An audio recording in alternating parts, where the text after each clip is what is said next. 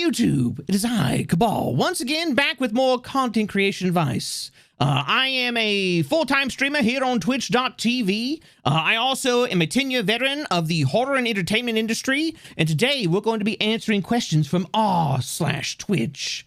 But not only me, I have my petrifying partner in crime here with me, Miss Pumpkinpotion herself. Hello, hello. My name is Pumpkinpotion. I am also a full-time VTuber here on Twitch TV, and I dabble in my own little level of spooky, but mostly of a musical type of a situation. Unlike Mr. Cultist over here. But between the two of us, we have well over a decade in the content and the entertainment industry, managing communities and everything like that. So if you want to know some of the foils and foibles that you can fall into with content creation, or just the general wisdom that we've picked up in our journey, because each of us has been able to hit partner in about 4 months' time here on Twitch, stick around. Why do you guys think that just chatting is so popular? What do you think? I think, and this may be going a bit out on a limb, is because in like the office driven, office work driven, like kind of middle management, globalist society that we live in, a lot of people are stuck inside. They're stuck working, some day jobs. And what they will often do is they will turn on somebody who is just chatting, and they will sit there and they will converse with this individual, and they will live vicariously through them. Which I think is, why you see a lot of people that are like very entertaining, or they're very, personable, very charismatic, that they thrive in that space, is because this is somebody that an individual may not be able to go and interact with normally, or, even ever have the chance to meet somebody like them. And this is, a way for it's kind of almost like how people want to talk to and interact with celebrities who have these really cool, interesting experiences and have done all these interesting things. Except it is somebody who's not shut off like a celebrity is in Hollywood or something like that.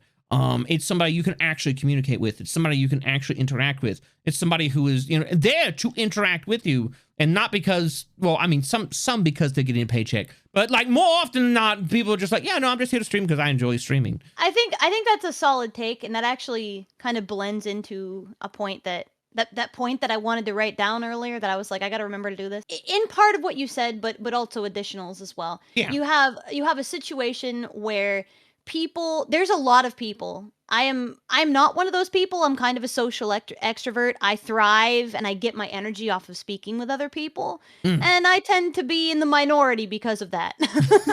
But because I'm gonna be real with you, Twitch, the Twitch community is full of introverts.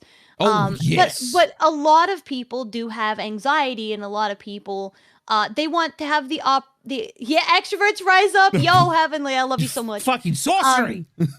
Yes, rise.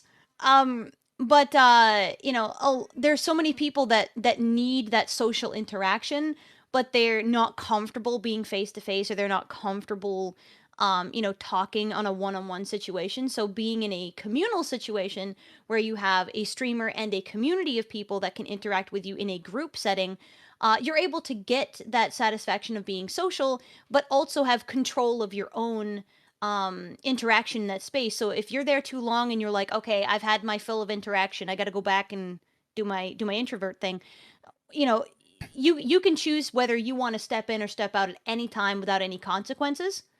And I feel like that alleviates that anxiety for a lot of people.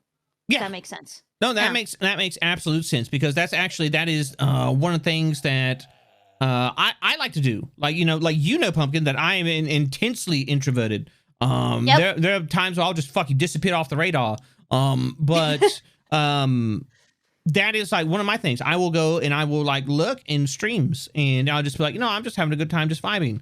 And sometimes I feel comfortable chatting. I was hanging out in AI Candy stream earlier today, because I was sitting here. Nice, Candy is an absolute delight. I adore Candy. And then she hit me with the VIP diamond. I'm like, what the fuck, Candy? Why would you put attention on me like this? And I was just like, curse you. No, but no, You're like an introvert that brings the grim. What's my arm doing? I inked. Sorry. How embarrassing. Oh no. I inked on your stream. I'm so sorry. Forgive me for bringing it up again, but we've touched on analytics a few times, but haven't explained how to do stuff with them. My curiosity is killing me, guys. All right. You know what? I would dare to say that you're more of the expert in this area than I am. Like, am I versed in it? Yes. But, like, so when it comes to analytics and it comes to us utilizing them, like, you know, we both have our own approaches. You know, your approach is the 3 weeks, and mine is, the 90 days. Because I am like a long-term fanatic. I'm just like, I will look 5 years into the future and set plans for them, and everything like that. And then I'm just like, and everything's gone off the fucking rails because why is everything going so fast? But when it comes to analytics, when it comes to utilizing them to the best of our abilities as content creators, what would you say are some of the more common ways or easier ways for people to get started with that? Okay. Well, what I'm going to tell you first is that you have to have a healthy relationship with numbers. That's the first thing I'm going to tell you. A lot of people, when they just start, because they don't understand what the other magical numbers on on Twitch means, but they'll look at their follower count and they'll look at their subs. And those are like the two numbers that people have this almost unhealthy laser focus on, because if you know how the other numbers affect your growth, those numbers are secondary. But because followers and subs are like the big talked about thing, people put this almost unhealthy obsession with those two things. So what I generally look at, like, if you want, I can while you're doing that, I can touch on like some of the things that I look at. Yeah, go for it. All right. So like for what Pumpkin was saying, like people look at, oh, how many followers do I have? How many, like people are watching and everything like that. And the fact of the matter is oftentimes those can be extremely volatile. And that is not something I think is a good gauge oftentimes of like what the real participation in your stream is. Like for, a while, the insight into my stream as to whether or not it did well is I would look at instead of like, oh, I got this many follows, or oh, I got this many, what is it, subs or whatever like that. I would look at the unique chatters or the unique viewers. And if I had, a certain amount of like unique chatters and viewers, I'm just like, oh, I did really good. And then, once I started getting consistent followers, I was just like, oh, if I got over this many followers in a stream, it's a good stream. And people are like, oh, well, what is that? Like, like 50 or something. I'm like, no, like we were hitting like very, very high numbers, like in the 40s, consistently in the 40s of around, like followers or something like that. And I'm just like, if I get over 10 followers a stream, I'm doing really good. And you're just like, that might seem rather low, but no, like actually that is kind of a common standard. Or that, when I was looking at people of comparable size, that's what a lot of people were averaging, like 10 followers a stream. I'm like, okay, like that's kind of like the average I'm seeing across the board. But I've seen over that. But, that was my way to contextualize that in a healthy way. And not be like, oh, I average 40. If I don't get 40, I've had a horrible stream. No. That's not how that works. Yeah. I was going to talk specifically about the unique chatters and about unique viewers. Also looking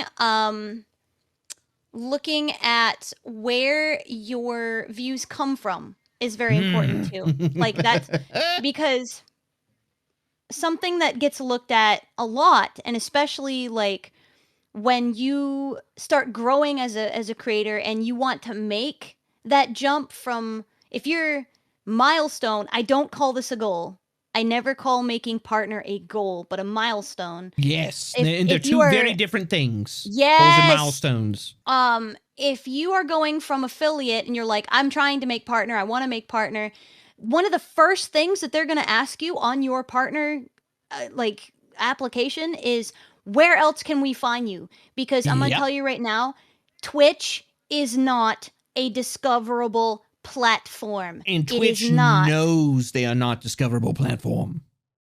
Twitch knows this, which is why they ask you at the beginning, where else can we find you? Are you on YouTube? Are you on TikTok? Are you on Twitter? Are you on Because Instagram? Are you on any of these Instagram. other platforms that have innate machine learning discoverability, which you can find relevance on? Because Twitch knows that by you being on Twitch and with their exclusivity contracts and everything like that, if you're pulling in people from these platforms, you can maybe pull them over to Twitch, therefore bringing more people into Twitch and making them more Bingo. money. Because at the end of the day, Twitch is a business, and Twitch is a business, and they want they're competitors to other businesses. They want their eyes over here, and it's the same thing like when you're doing stuff on Twitter.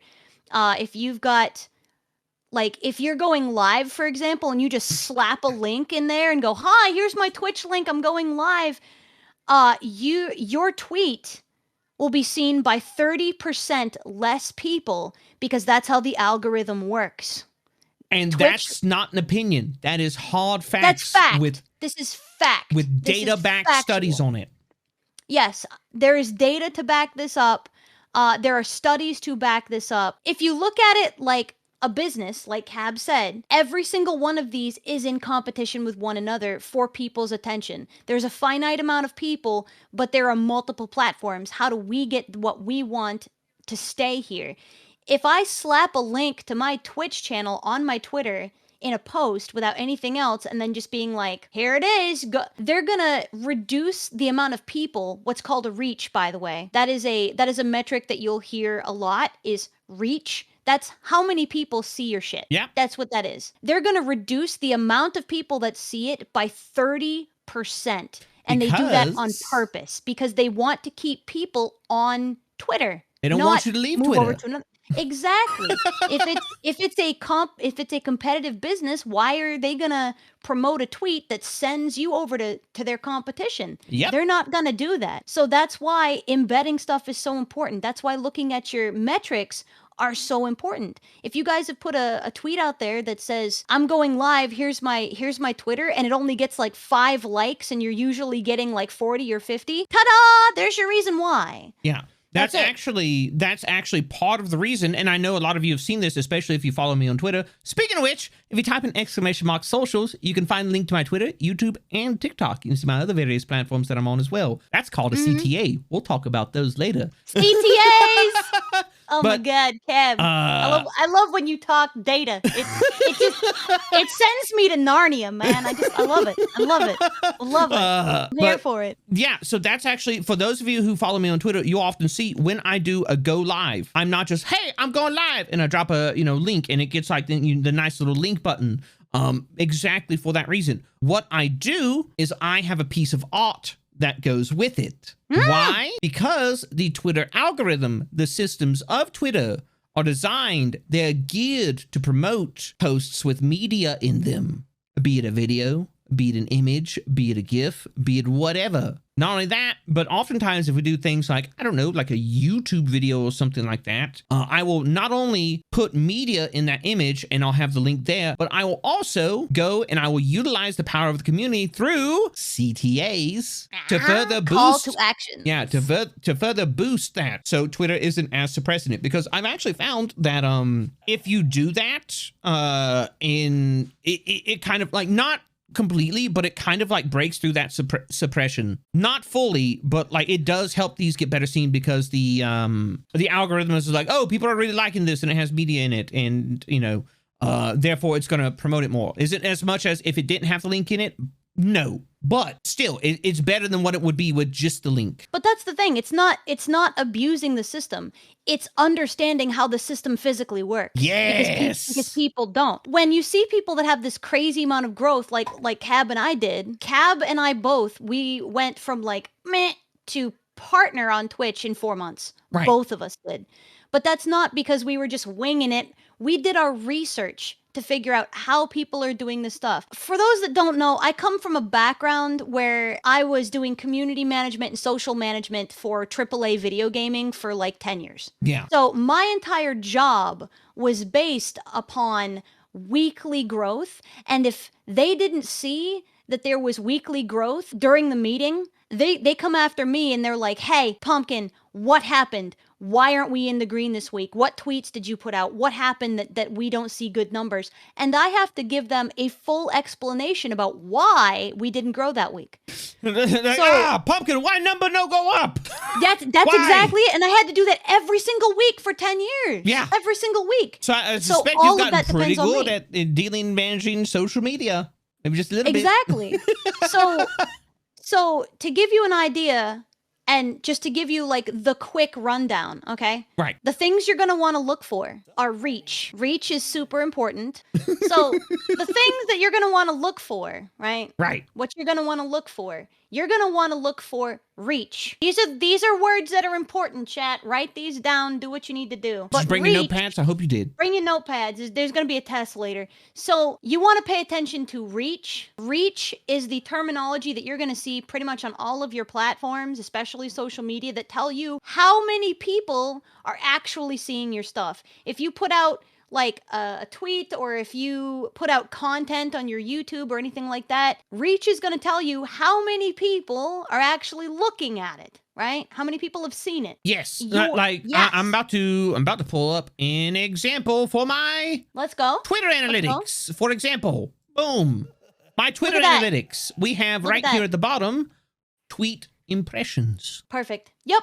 Impressions, that's the same thing. That's how many people saw Cab's stuff. In the past 28 days, I've had 553,000 people see my various things on Twitter. That is essentially how many people have seen my stuff. Actually interacted with it, but have just seen it. The impressions are how many people have seen it.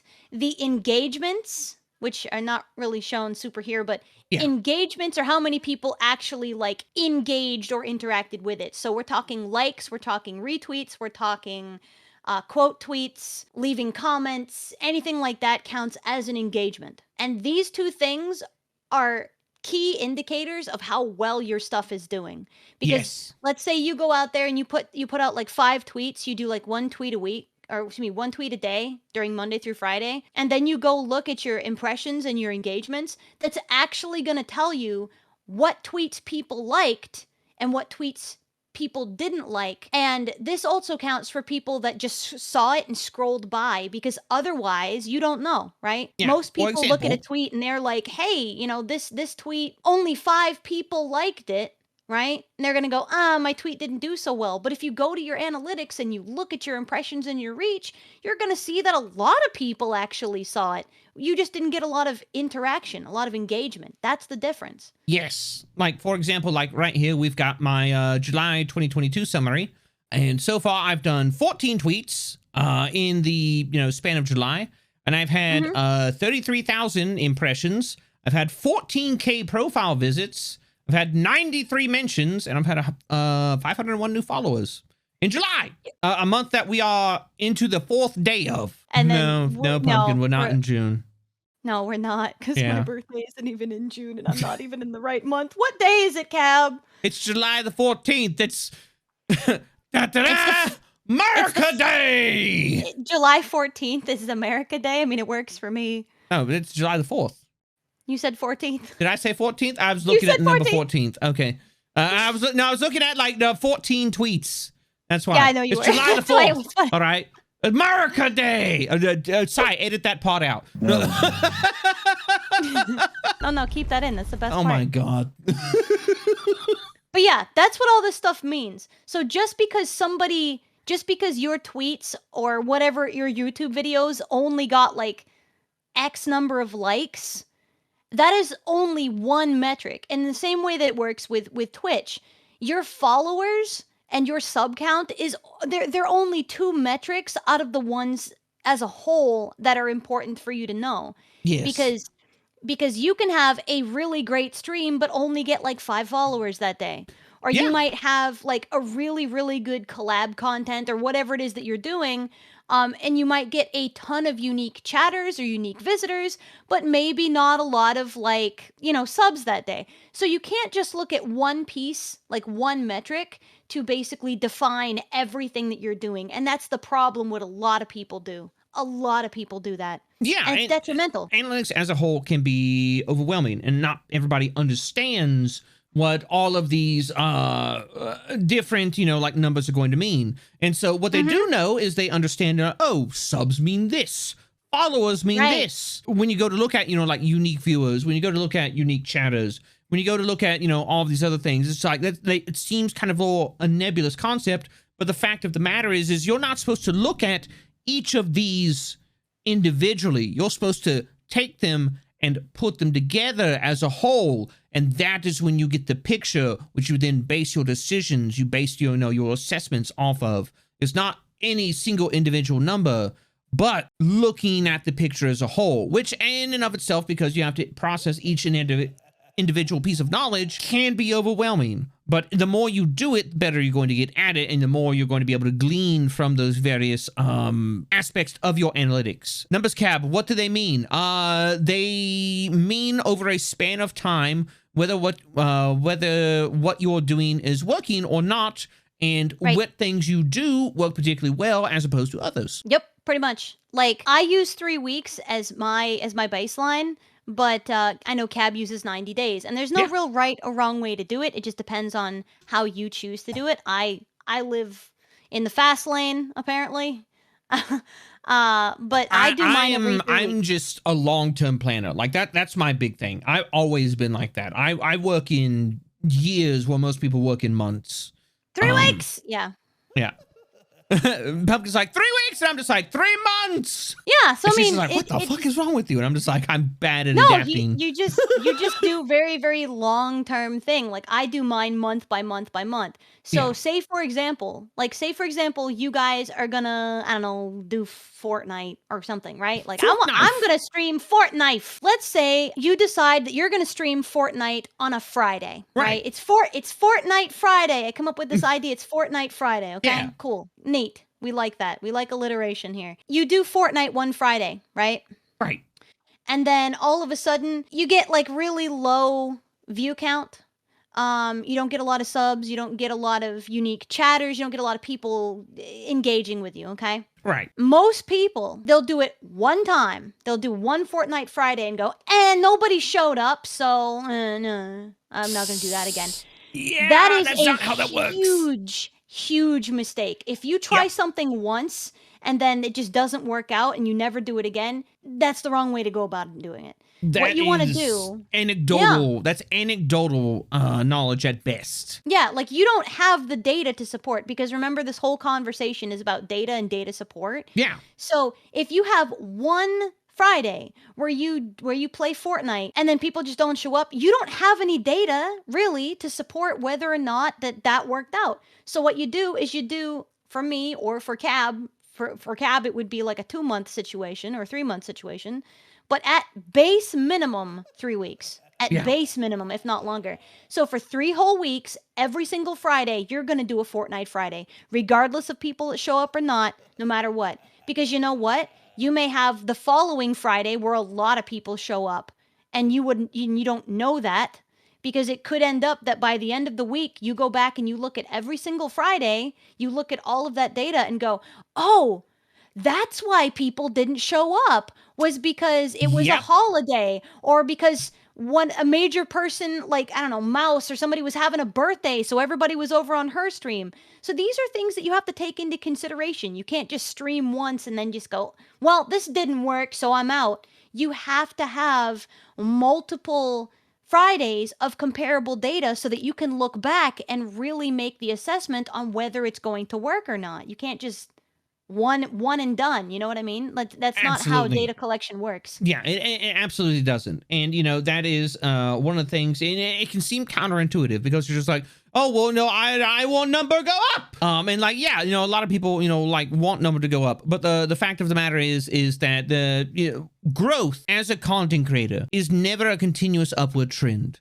No. Like, for example, we could go on to like like Twitch Tracker, and we could look at my growth, and you are going to see that there are ups, there are downs, there are valleys, and that is how growth often happens is you're going to have like a spike in viewers, or like a spike in like whatever, and then like you may have a dip down because you're going to settle a little bit, and then you may have a plateau, and then you may spike back up again, and then you may dip down. You may dip down another month, and you may spike back up. And that's how growth more often than not works. Most people are just like, oh, if I'm growing, that just should mean number go up. Well, number is not always going to grow up, because regardless of how entertaining you are, regardless of how good of a broadcast you are, regardless of how good your content is, you're going to have people leave eventually. That is the nature of broadcasting. That is the nature of building a community. There are people that will come and they will go. And that is just how it happens. And when that happens, you're going to have numbers that are going to go up and down. That is part of the reason I'm very big on saying that, like if you're getting into streaming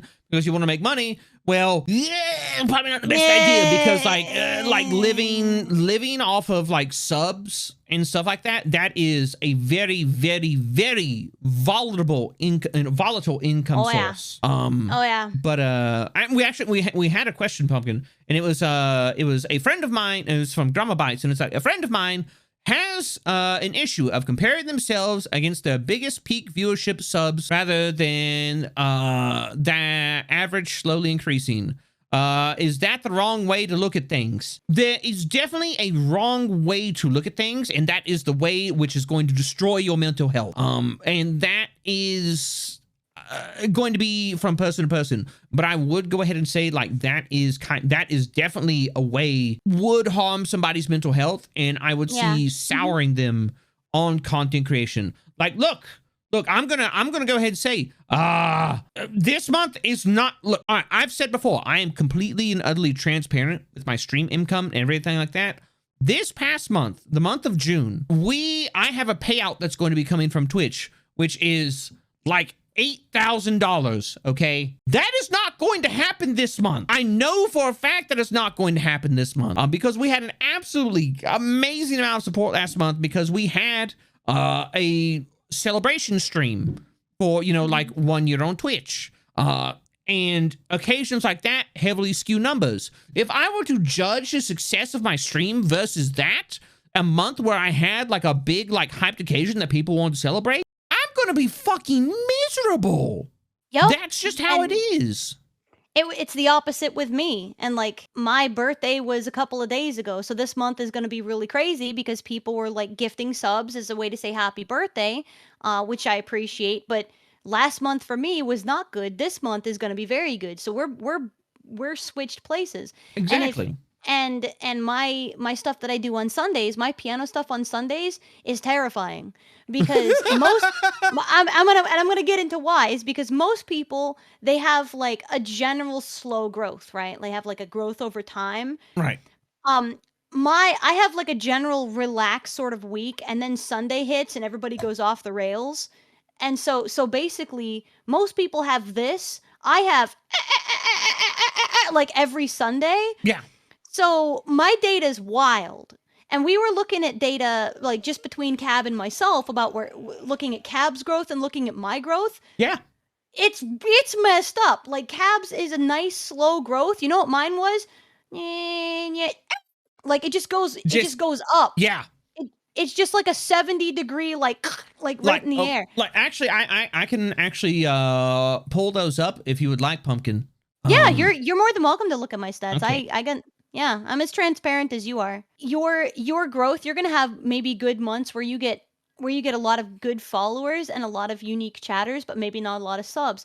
So it's gonna be your financial situation is in constant flux. Oh yeah. And that's one of the things that you have to just accept, that you're not gonna have like the stable paycheck every month. On those months that you do insanely well, you're really going to have to pack some of that financial stability away, so that when you have a really bad month that you can't pay the bills later on, you have money in the bank to back that up. It's a lot of just planning and making sure that you are taking care of yourself when you're able to. Exactly. Like, for example, I recently just put out, last month, I put out a tweet that I will not be attending TwitchCon this year.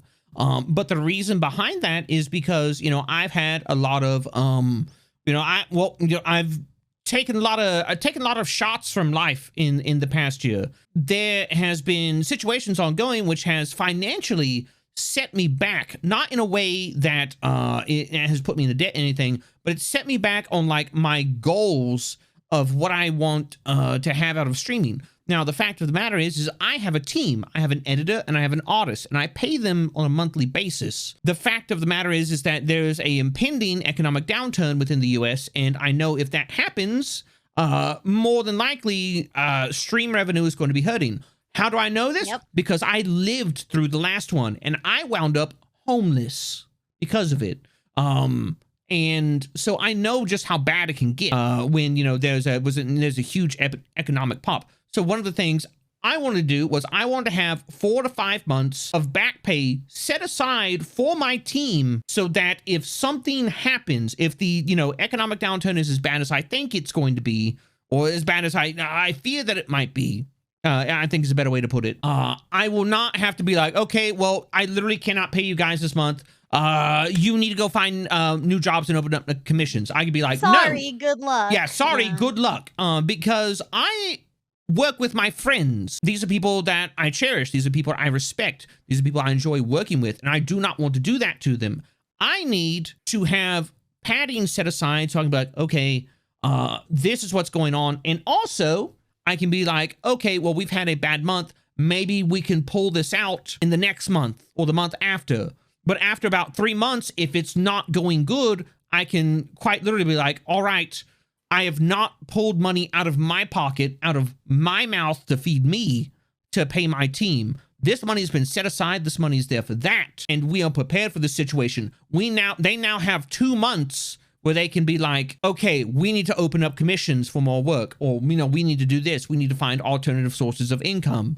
Because CAB is not going to be able to pay us after these 2 months because funds are just... Right. And it's about preparing for situations like that, preparing for times like that. Because that is, like I said, streaming and subscription-based income is extremely volatile. It is not something you should be basing your life off of, and definitely not quitting your fucking job for. But to add to that too, like we talked earlier about why it's so important for the sake of visibility and discoverability of why you have to be on these other platforms.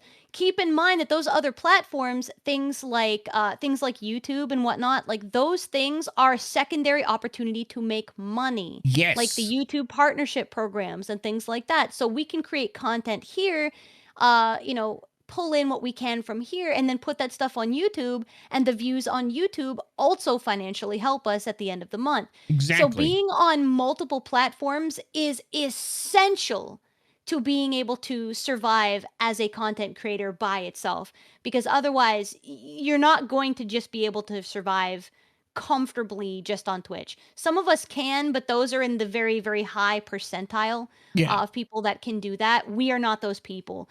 And I'm going to take a stab in the dark and say most of you in the chat are not those people either. So you have to do it responsibly and really put yourself out there on multiple platforms so you have the opportunity to bring in the income that you need for your bills to get by every single month. Exactly. Think of content as a fishing pond, and every platform that you're out there making money on, and I just sometimes treating Twitch as a side hustle is more responsible than pushing harder on it. Exactly. I'll use Honey Goblin for an example. Honey is also a commissioned artist. And correct me if I'm wrong, Honey, but that is your main source of income, correct? While Twitch is your side hustle. It's like can do art, but also Boom, pull in right there on Twitch while you're doing art. So you're already getting paid for the commission that you're working on, but because you're working on it live, you're providing a secondary source of entertainment where people can go and engage with you, and it gives you an opportunity to get more income based upon the income you're already doing. So for artists, that's beautiful. Yep, and that's the thing, you know, like using Honey as an example again, she also has YouTube. She gets, you know, like featured quite a bit on YouTube as well. She's an amazing broadcaster, and that is like, look at content as, you know, like I said, a fishing pond. Every one of these platforms you use, whether it is Twitch, whether it is YouTube, whether it is, you know, Patreon, or, you know, Coffee, or whether it is Twitter, because now you can monetize off of Twitter. You can also kind of monetize off of Instagram, from what I'm aware of as well. look at all of these opportunities as taking an extra fishing pole and putting it in that pond. You've got more hooks in the pond, more bait in the pond. You're more than likely to make your catch and be able to eat that night because you have multiple lines out. Too. So below me right here, we have viewers and stream time dynamic. And this is from a handy little site. And I'm going to go ahead and say if you want, you know, like to get more data and everything like that in kind of a more, you know, palatable format, this is from a site called twitchtracker.com. And you can go and you can like search up your name as a creator. It will have analytics for the most part. When you're starting out, it can be a little bit iffy on analytics and it takes some time for the information to build up. But I find it to be insanely helpful as a creator, especially somebody who's a bit more analytics oriented and does a lot of, you know, content education talks. This is my growth period on Twitch. And, you know, we can see right here is my start point. This is April 2021. What? No, I'm seeing your graph for the second time and just my brain and comparable data to mine. And I'm just like, yours looks so normal. Yeah. This is what a normal growth rate looks like, chat. This is normal. Like this is you see some ups and downs, but you see a slow, steady growth. And when you're making goals, like do a little bit at a time. Like for a month, I want to be able, by the end of the month, I want to reach 5 viewers. By the end of 2 months, I want to see like maybe 10 viewers. By the end of 3 months, I'd like to see 20. Like, this is normal goal progression.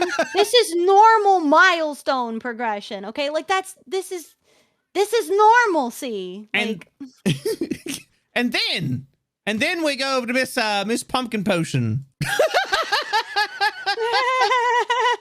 Hi. Now, granted, this is back in July 2018. Now you see why I was laughing. Yeah, and like, you know, you streamed again back in December 2020. But like you really came back to streaming, you know, in like, you know, August and everything like that. But then, you know, you come back and you see where like you started out as a VTuber and you go from November at 11. And I debuted in December. Yeah. So November at 11, December at 41, January at 83. February 145, and you peaked out at 166 in March, and then you had the period where you dipped back down and you settled for a little bit, and you dip back down a little bit again. But then, which I will note happens to every single VTuber. When you debut, people are going to get really excited, and and I already knew this information because I did my research ahead of time. Research. When you debut, you're gonna hit a high point.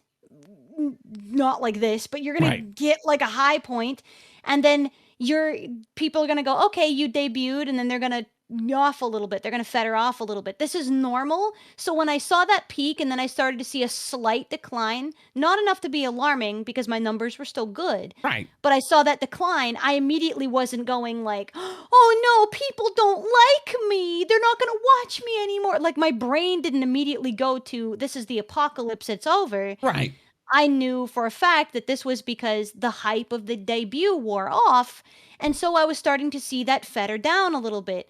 And that's probably about where it was going to be until it went up again. And sure enough, yeah, sure enough, like, yeah, you dip down a little bit, you plateau, and then you dip down a little bit more because, you're settling. Like you had rapid growth over a period of several months. And you're going to dip down a little bit. You're going to settle. That is the norm. It is not a reason to panic. That's why when that happened to me, if we go back, when that happened to me back in like January, like we had a surprisingly good December and January, but then I dipped back down. Was it a lot? Yep. No, but February was just hard for a lot of people. And I saw a lot of people that were getting, brain goblins. They were, like getting, upset with everything. I went on Twitter and I raised an alarm, and I was just like, look, everybody, this is happening to me as well, but this is normal. Calm down. This is normal. It's February. Yeah, exactly. Yeah. It's February. Like, this actually should have happened in December and January, but it didn't. Now it's happening. Branding. There was a conversation between two VShojo employees. One of them was the head of, oh God, what was it? VShare's head of talent and strategy was naming off like, different, how she enjoyed seeing like the different types of VTubers that are now popping up. She's like, I've seen all these different types of VTubers. She's like, I've seen a cult leader VTuber. And I'm just like, hey, that's me. Amazing. And people know who she was talking about because guess what? Branding? Baby. Like, I'm gonna be real with you. Like, there are some VTubers that I see out here, and they are changing their look and their branding like every month. And I'm not talking like, oh, my model got updated and I got a new haircut. Right? I'm not talking like, oh, I got a new shirt color. Do you guys like it? Look at my new hairpin. That's not like, branding. That's just like you're adding accessories, like, everything like that. But like every once in a while, I will see somebody completely redo their model, completely redo their branding, and I'm following them, and they change their name, and at this point, it's just like, who's that Pokemon? Like, I don't know who the hell you are anymore. Like, you have to stick to a specific branding, because branding is how people identify you, and not only how people identify you, but how companies identify you, right? Yep. So when you have a company come forward to you and go, hey, we've seen your, like I'm in the middle of working through some brand deals right now, and they came to me specifically because of my look, because of how I talk on stream, and because I've got the situation that I do, the look and the reputation that I do. And these are all things that I have spent time working on deliberately for that reason. And once you have a brand that works, people are going to identify you and your behavior and your social reputation by that branding. It's so important. Like when we talk about Cab, for example. Hi, that's me. Hi, that's you. Like we talk about Cab, if somebody's like, oh yeah, the cultist VTuber. You know exactly what VTuber that is. You say like, oh, it's that 1930s black and white girl. You know exactly who you're talking about. It's me. So people can identify you even if they've never watched you before. If people know who you are based upon your look, your identity, then you're already in a good place, basically. You're already in a good place. The thing is that, also if you, when you set yourself up with branding and everything like that, that can also set you up to have potential opportunities as well. So like I've talked about before, like, I have no intention of accepting or, looking for sponsors until I hit, until and or if I hit around 500 concurrent. Like my branding lends itself well to, like if I wanted to get a sponsorship from, let's say, for example, Shudder, a horror streaming service. And people are just like, oh my God, that's perfect. I'm like, yes, because I'm a hooded horror host here on the petrifying, terrifying purple platform of twitch.tv. It's something that I've incorporated into my, persona as a broadcaster, as an entertainer, or like, say, for example, if I got a deal with, oh God, what is it? Like Bones Coffee, for example, I get like a brand deal with like Bones Coffee. And it's like, why? Because I'm also your favorite frightening caffeinated cultists. Yeah. All right. So we're going to be talking calls to action. And you may be like, as I like to call them, a CTA. Why? Because I'm ex-military. I love my fucking acronyms. Leave me alone. Everything needs to be an acronym. So a call to action is, like, for example, if you want to see like examples of call to actions or, discuss more content, you can always type in !Discord. Because we have channels in the Discord where we talk specifically about content and related topics. You're giving out the good stuff, the good secrets in the Discord, which is why people should join the Discord, because that's where the good secrets are. Or another example, hey, do you like this playlist? Do you like the songs that are playing? You can type in !Song, or you can type in !Playlist. And see, there you go. Hold up. I know we're getting into CTA, but hold on. I've heard some places that mods are an extension of the VTuber, but let me tell you, I feel VTubers lead the entertainment. You're the boss, and your mods know this beforehand and respect you. Not just you're the boss, but you're rather the leader, and admire, respect what you do, and love working for you. My deep respect. To an extent, a mod team is only as good as a streamer. A mod team and a streamer work hand in hand together. Like, I used to be a community manager on a AAA senior level. So I run my mod team like a team of people. And not everybody does. Ayo, brownies. Yeah. It's positive. I mean, if you don't, gib, but slot too is, I mean, yeah, of course. So, like, for example, like I know that some people like just choose their mods from people in the community, and I do that to an extent.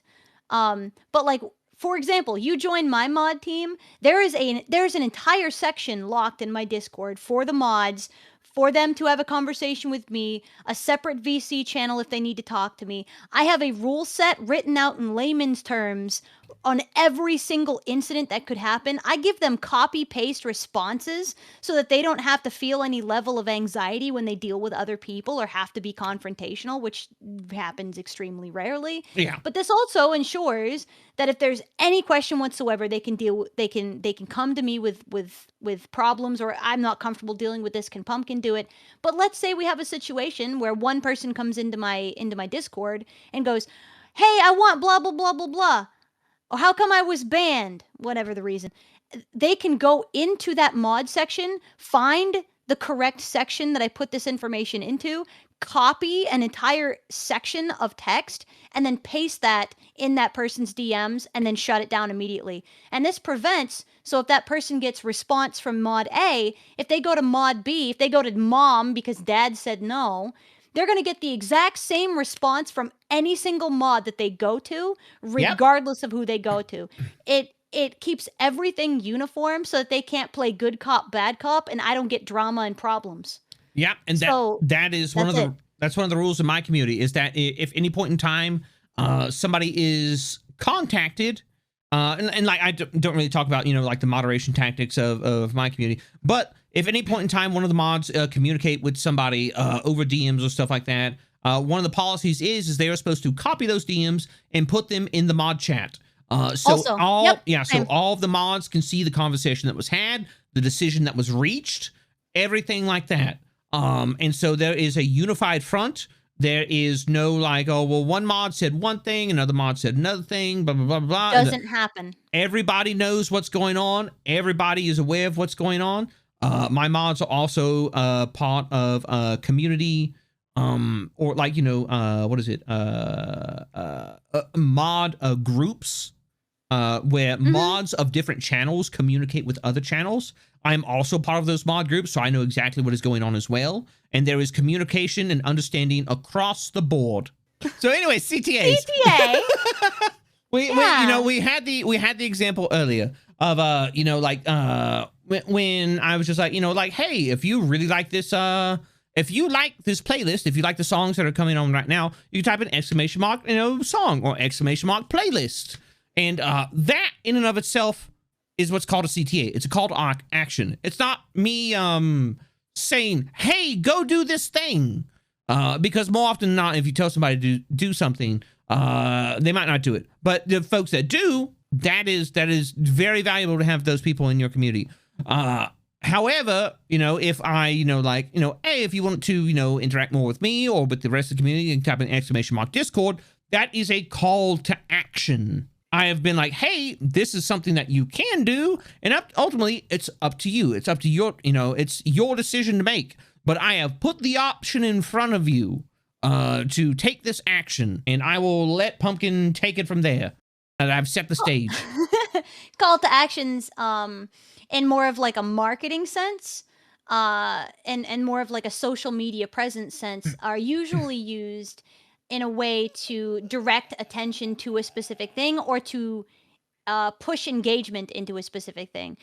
You see these CTAs, more of a manipulative CTA, but you see these on stuff like BuzzFeed, for example, where you'll see something like, "You'll never guess what happens next." Like, these are CTAs, but they're usually used in this fashion. And they're meant to be clickbait because clickbait, unfortunately, in this world works. In this particular clickbait works. It just does. Clickbait works. So you're gonna see a lot of things, or like CTAs. You'll also see them on. Yeah, you'll never guess where they are now. Yeah, it's the same. It's the same, exactly the same type of thing. But you'll also see them on images. You'll see a lot of businesses, and especially gaming, use this when they're advertising things like DLC or major events. But we don't see a lot of VTubers use them because not a lot of VTubers have like a deep marketing background or a background in like senior level community management or senior level social media management where, you know, they're immersed and trained in these things. But a good piece of media that you will see is something that pushes or intrigues enough to increase your engagement. So Yes. like let's like use the collab that we're doing right now as like an example, Cab, but like if I were to use like a CTA for a collaboration, I would be like I would write my tweet as succinctly as possible. No twit longers out here, please. Don't be wordy like me. No. Don't well, like I'll teach you guys a little key information that goes with CTA. The current attention span on social media is 7 seconds. It is factually 7 seconds. If you can't get out what you are trying to say or what the point is that you're trying to make in the first sentence to sentence and a half of your tweet, like we're talking the first thing that they see, they will scroll by it and that's it. They're not going to read the rest of it. If you can't get your point across in the first sentence, they're done. That's factual information. That is data.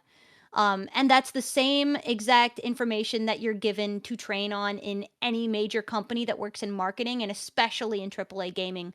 Because gaming is like, you know, like the attention span is there and it's gone. So if you aren't able to pull them in 7 seconds, and this goes for video, this goes for images, and this goes for anything that you write. If you can't get their attention in 7 seconds, they will scroll by it and not give it a second thought, which is a lot of the reason why I see a lot of debut tweets and things like this, because I feel really bad when I see debut tweets because I'll see these images and it'll be like a silhouette, right? And it'll be like, well, for I don't know, 50 likes, I'll show up to my scandalous ankles on this new model. Oh my God, ankles! My How scandalous ankles.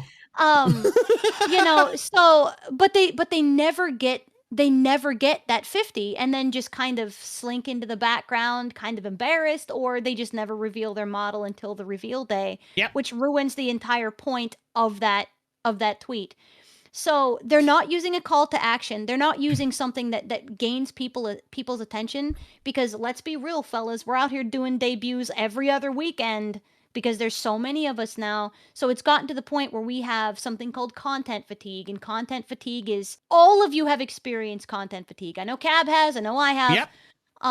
Content fatigue is that thing like you're watching the Super Bowl, right, fellas, and you see that one commercial and you're just tired of seeing it. It comes on every 15 seconds and you're like, eh. So when you have a situation where you see the same content over and over and over again, you stop reading it, you stop listening to that commercial because you've heard it 500 times. So it's the same thing with like debuts and silhouettes and all this thing. We've seen so much of it that it's not interesting anymore. So you have to come up with different methods, a new CTA, something that, hey, this is what's going on this weekend. You have to really sit down and do your research on how to write CTAs because that's how you're going to get people's attention. Otherwise, they're just going to scroll by you. Yeah. That's just how it works. I saw a lot of, I saw, you know, like somebody was like, you know, I hate clickbait. So clickbait is, I guess it's kind of a way that you can describe some of the things that go on.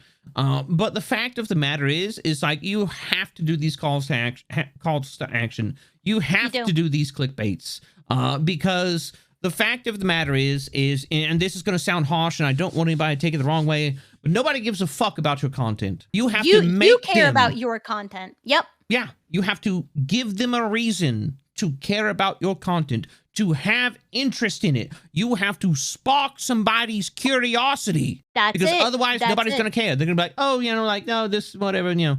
Like, if I go, I'm like, oh, I made a Minecraft. I'm like, Minecraft, let's play number 35. Somebody's going to look at that and be like, number 35. Yeah, pff, I'm not worried about it. But if I'm just like, you know, like, you know, it was like, check out what happened Minecraft and like, this thing happened, you know, or like, you know, like, you know, the rarest, you know, world seed, blah, blah, and whatever. I give something that is somebody's like, oh, man, that sound, oh, I've never seen this before. I want to click on that. Or like, for example, I have a, I have a video on my YouTube that is like me playing Elden Ring. And I'm just like, The title of it is, "What is that?" And it's like me pointing behind me. And like there is like, it's a kind of blurred picture of the, what is it? The dragon sentinel. And it's got a glowing red eye. And it's got like the words pain over it. It's clickbait as shit. But you know what? Out of the last 3 videos I've released, it is the best performing video. Absolutely. And that's also like one of the skills you're going to have to pick up if you get into content creation is learning to pick your battles. God damn, pick your battles, please. I am so tired of reading your dramatic twit longer. Stop. Every hill does not need to be fucking died on, okay? Like, look, I've seen other people that are out there with the aesthetic of just like, you know, like the you know, completely shadowed face with like glowing mouth and eyes. Do I raise a stink about it? Fuck no, I don't. You know why? I'm not the first like media thing to have done it.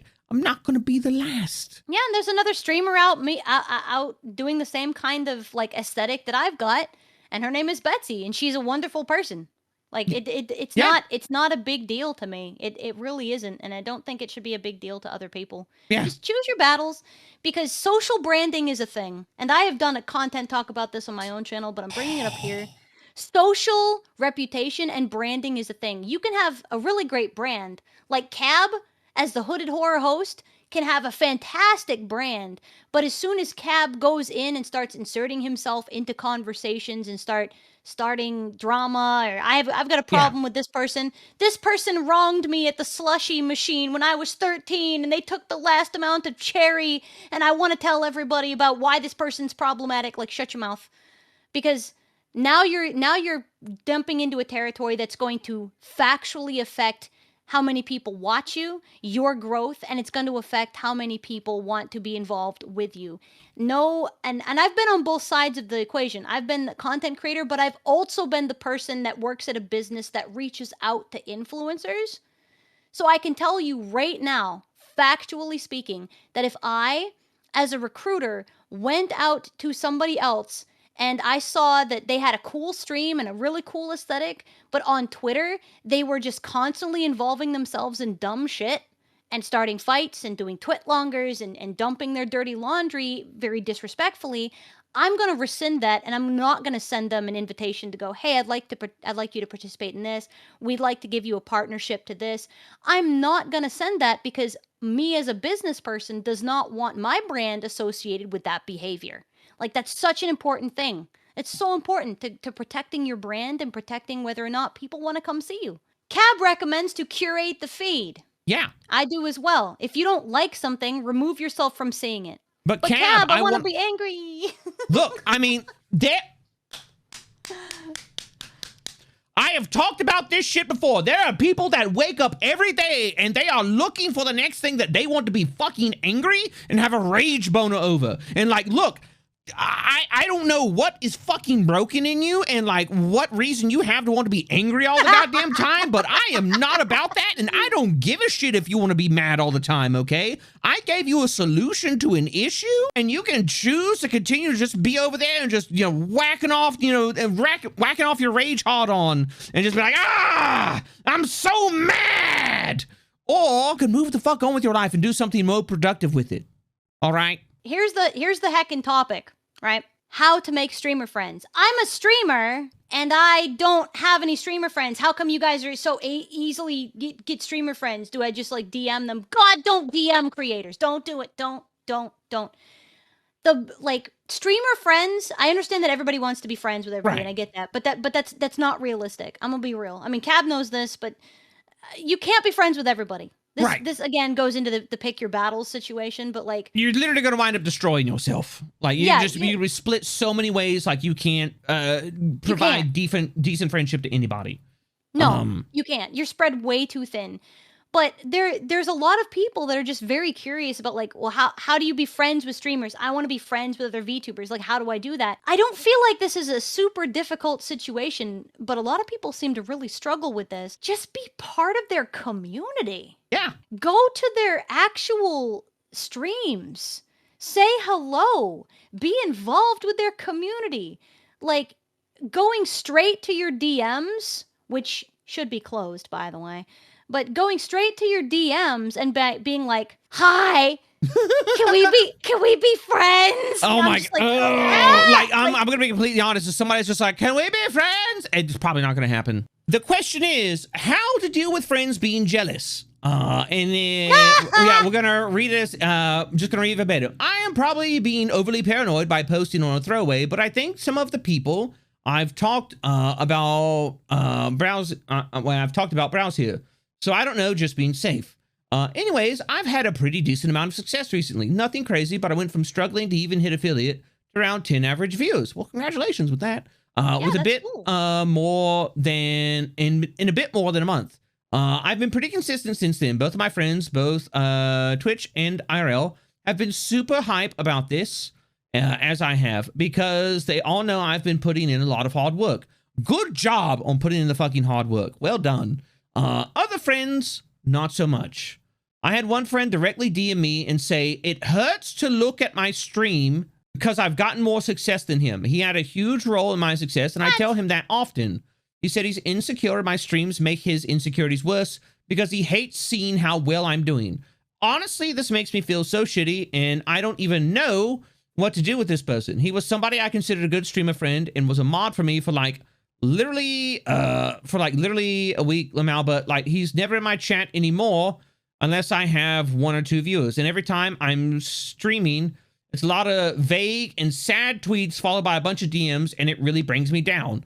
Has anyone else had to deal with people like this? I've seen a lot of people talk about how people drop when numbers are low, but I've never seen people talk about friends dropping them when the numbers are high. That's toxic as fuck. That is absolutely toxic as fuck. If a friend said that to me, we wouldn't be friends anymore, period. Yeah, I wouldn't even be trying to like salvage that. They would just be gone. That's their period. problem, not yours. Well said, honey. But like, no, and like, here's the thing. It's like, you know, I can understand the being a bit demoralized. Like, look, at the end of the day, we are not hyperlogical beings. We are emotional, you know, anxiety-ridden, you know, hyper-intelligent, anxiety-ridden apes. That's what we are. You know, kayfabe aside, we are emotional beings. We're not hyperlogical fucking Vulcans from Star Trek. Okay, we run off emotions. We make decisions based off emotions. You can't fight me on this fact. We know it's true. That's why when you present somebody with facts, they're often not going to change their viewpoint. They will dig their heels in deeper to their preconceived notions. The fact of the matter is how you handle it. And in this case, I don't think this person is handling it well. I mean, like, but I want to be a Vulcan. Look, still, like, I know, but like, that's just not how we're right. That's just not how we're wild. I'm drawing parallels to now even yeesh. Yeah, no, and like I've had this experience as well. Like Pumpkin, have you had experiences like this, or like have you been fortunate not to? No, I've had the experience. I think that anybody that has any significant growth has the experience. But Yeah. I'm just gonna lay it out flat. Like, try to be a good friend to everybody. But Yeah. in this situation, I wouldn't even bother because I'm happy when my friends succeed. My friends should be happy when I succeed. But if every time that I succeed, I'm gaslit and manipulated to feel bad because my success is my fault, that I made that person feel bad because I put the work in, no. Yep. Absolutely not. That's exactly what it is. I work hard to do what I do. All streamers work hard to do what they do, and I should not be made in any way, shape, or form to feel negative about my milestones, my achievements, and things that I'm personally proud of because somebody else is insecure and can't be kind enough to say, good job, Pumpkin. If your friend can't be supportive, they ain't a friend. Like, if you really support them, if they blew up, they will bring you with them. Like, here's the thing. The whole, you know, like, if your friend can't be supportive, they ain't a friend. I feel like there's more nuance to it. Like I said before, I can understand why the person would be like, man, like this fucking hurts to look at, especially if they are streaming in and of themselves and they've also put in the work and they've put in the time and they've put in the effort. Like, yeah, I can see where they're coming from, but the fact of the matter is they are not processing those emotions in a healthy way. And like that's one of the big things is like the internet has been very, very big on Your feelings are what they are. Your feelings are valid. We have yet to master the part where it's just like, now let's process those in a healthy way, because that's how you grow and move on as a person, and don't just stagnate and fall into this cesspit of just like, feel bad. But didn't correct me if I'm wrong, because you're looking at it, but didn't they actually state that he's put in the work to see that growth of 10 to 15 people, whatever it was, but Yes. the other friends have not? See, they're right there. Oh, He wait, went before I say anything, I want to make sure that information is correct. Hold on, let's see. Pretty consistent since then. Most of my friends have been super hyped because they all know I've been putting in the work. My other friends, not so much. One friend directly DM me. So I think what they say by other friends, not so much, means those other friends have not been so supportive. Not that they haven't put in the work as well. So it's kind of ambiguous. We don't really know. Yeah, just by the way it's worded. Yeah. But I wanted to say, like, basically, you know, if you have a situation with a friend that's just not being like supportive in that way, that it's okay to tell them how you feel about that situation too. Like, that's not like their feelings may be valid, but that doesn't invalidate yours from this conversation, because friendship is a two-way thing. Absolutely. So, you know, if they make you feel that way, you have every right to be completely honest, respectful, but just tell them honestly, like, this is how the statement made me feel. I really don't appreciate that. And if we're going to continue to be friends, like, I'm sorry that you feel the way that you do. Like, that's unfortunate. But had it been the other way around, and had this been a little bit less of an ambiguous statement, a little bit vague, less vague, people that are successful put in the work. People that are not successful don't put in the work. Especially with content creation. Like, and that's not to like invalidate anybody's struggles. Like, sometimes it takes a while. Absolutely. Sometimes you have to wait for the opportunity to present itself. And that can take a long time sometimes. And that's why content is a long game. But, you know, the fact of the matter is that comes, you know, like this entire situation of like dealing with this toxic friend. My personal take on it, I would have had a down-to-earth, real adult conversation with them. And I'm going to be honest, like, they may get huffy about it, but like, if we have that conversation and they're able to process it, and they're able to process it and, you know, improve that behavior, like, yeah, no, it happens. But if you give somebody that chance and they squander that chance, and then there's still like huffy and sad, you know, fucking sad post about it, and it's just like, you know, like they were saying, this person, like, every time they go live, it's just a bunch of like sad, vague tweets, you know, they're subtweeting about how sad they are their friends saw success. Like, I'm sorry, bro, there's a certain hooded horror host, I'm not naming names or anything, but there's a certain purple streamer that happened to do better than me this month, and I'm not naming names or anything, but like, yeah, bro. The thread is called "A Real Streamer's Mindset." Oh my god. Holy shit. Wait a minute. I'm gonna let you take the reins of this one after I get done reading it. I'm gonna let you pop off. You're gonna love this. I'm like getting myself situated in the seat. Like, I have to be ready for this. Okay, go. All right. So, I tried to talk to someone about my choice to begin streaming. In the conversation, I mentioned how I've chosen to step into this with a relaxed mindset towards streaming, not stressing to get millions of viewers and billions of follows and all that. I just want to have fun with it and let the growth happen how it does, that sort of thing. Their response was along the lines of, well, then just give up now, because that's not a real streamer's mindset. Hold off, Pumpkin. Hold on.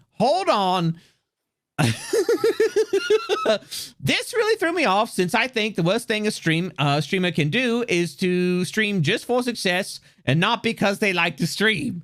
I wanted to see what others thought, because honestly, she's gonna fucking pop like a balloon. I feel like they're wrong, but at the same time, it's one of those statements that's just so surprising you actually question it. I hate it.